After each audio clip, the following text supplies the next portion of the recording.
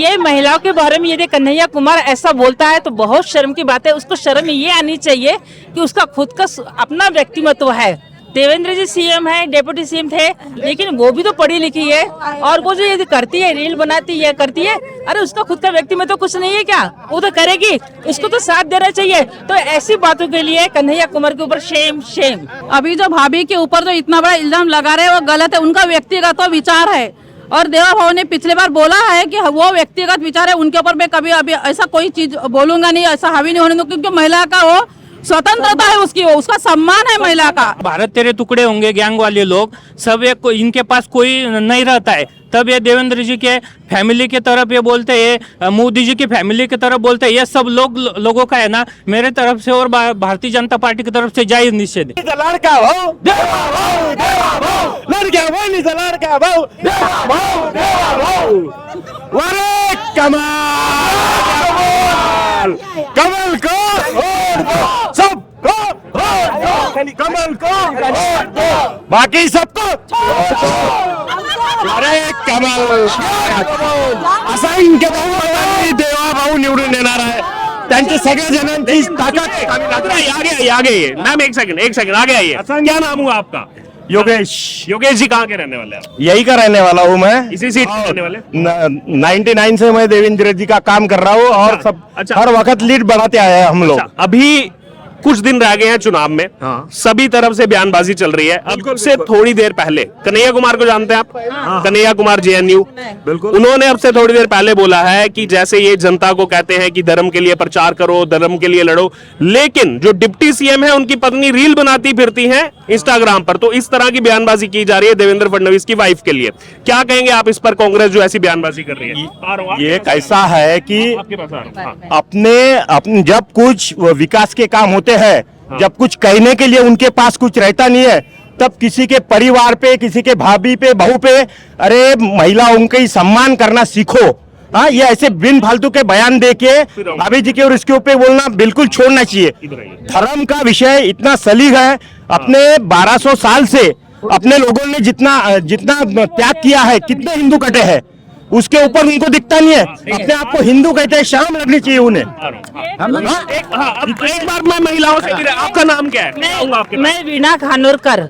ये महिलाओं के बारे में यदि कन्हैया कुमार ऐसा बोलता है तो बहुत शर्म की बात है। उसको शर्म ये आनी चाहिए कि उसका खुद का अपना व्यक्तिमत्व है।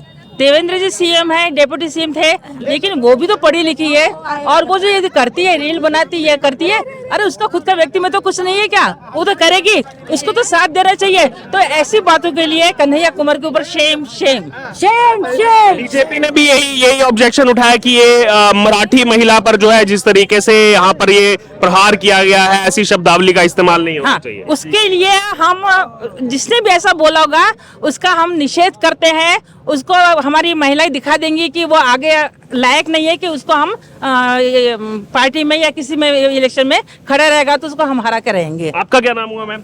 मेरा सपना रोड़ी है। आप भी महिला हैं? महिला। और आजकल हम देखते हैं मॉडर्न जमाना चल रहा है और सब बच्चे भी आजकल रील्स बनाते हैं, लेकिन अब इस पर ये चुनाव में जो है अब ये सवाल उठ रहा है। कन्हैया कुमार कह रहे हैं कि जो डिप्टी सीएम है उनकी पत्नी रील बनाती फिरती है और ये लोगों से कहते हैं कि धर्म के लिए लड़ो, समाज के लिए लड़ो। सर ये तो कहने की बात है, विकास काम हो रहे हैं सर, उनके पास बोलने के लिए कुछ भी चीज नहीं है विरोधी पार्टी के लिए, इसीलिए ये चीज उठा रहे हैं। उन्होंने काम करना चाहिए, फिर बोलना चाहिए। हमारे देवा बाबू ने इतने काम किए, नागपुर में करोड़ों के ऊपर काम किए। आज लाड़की बहना जैसे कितने तो भी योजनाएं लाए उन्होंने। ये कहने के लिए उनको शर्म आनी चाहिए, हमारे देवा भाऊ को और हमारी भाभी को इतने तरह से बात कर रहे हैं वो। जी आप भी कुछ कहना चाहते थे?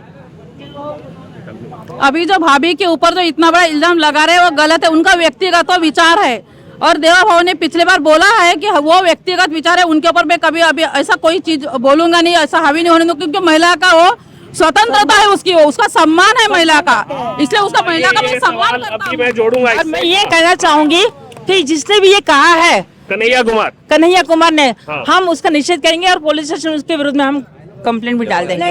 अच्छा देखिए, अभी इन्होंने जो सवाल उठाया कि स्वतंत्रता, कि अपनी स्वतंत्रता है रील्स बनाना।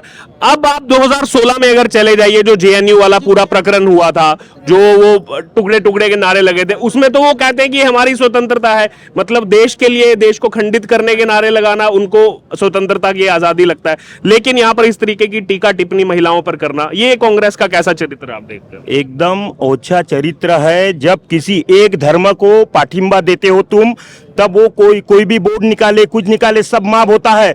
जब हम हमारा हिंदू का विषय रखते हैं तब उनको मिर्ची लगती है, और इस तरीके के ओंछे लादन लगा के वो ये करते। मुझे बताइए, भाभी अभी कितनी मेहनत कर रही है, आप अगर सही में देखोगे ना तो कम से कम क्षेत्र की जनता 15 से 25 मीटिंग भाभी जी दिन में ले रही। इन महिलाओं को पूछिए, यहाँ से वहां, वहां से हर वार्ड में जाके भाभी जी, प्रत्येक हर इलाके में जाके भाभी जी मेहनत कर रही है। बाकी सब कार्यकर्ता लगे, वो ध्यान नहीं दे रहे कौन क्या बोल रहा क्या नहीं बोल रहा, सब अपनी मेहनत में लगे हुए हैं। और इस तरीका का जो लांछन लगाते हैं ना, खुद के घर संभालो बोलना, और जो महिलाएं काम कर रहे हैं उनको, उनका सम्मान करना सीखना चाहिए उन्होंने, और देश को एक सीख देनी चाहिए भाभी जी की तरफ। आप जानते हैं देवेंद्र फडणवीस जी की वाइफ को? जी जी जानते हैं। आप सब भी हमारी भाभी है, वो भाभी है हमारी। वो आपकी भाभी जी के लिए तो कहा जा रहा है कि ये तो रील्स बनाते हैं, कांग्रेस के नेता टिप्पणी वो कर रहे हैं। गलत है। उनका जो मानना है कि हमारी भाभी अच्छा काम कर रही है, हमारे लिए वो मीटिंग ले रहे, 6-7 घंटे घूम रही है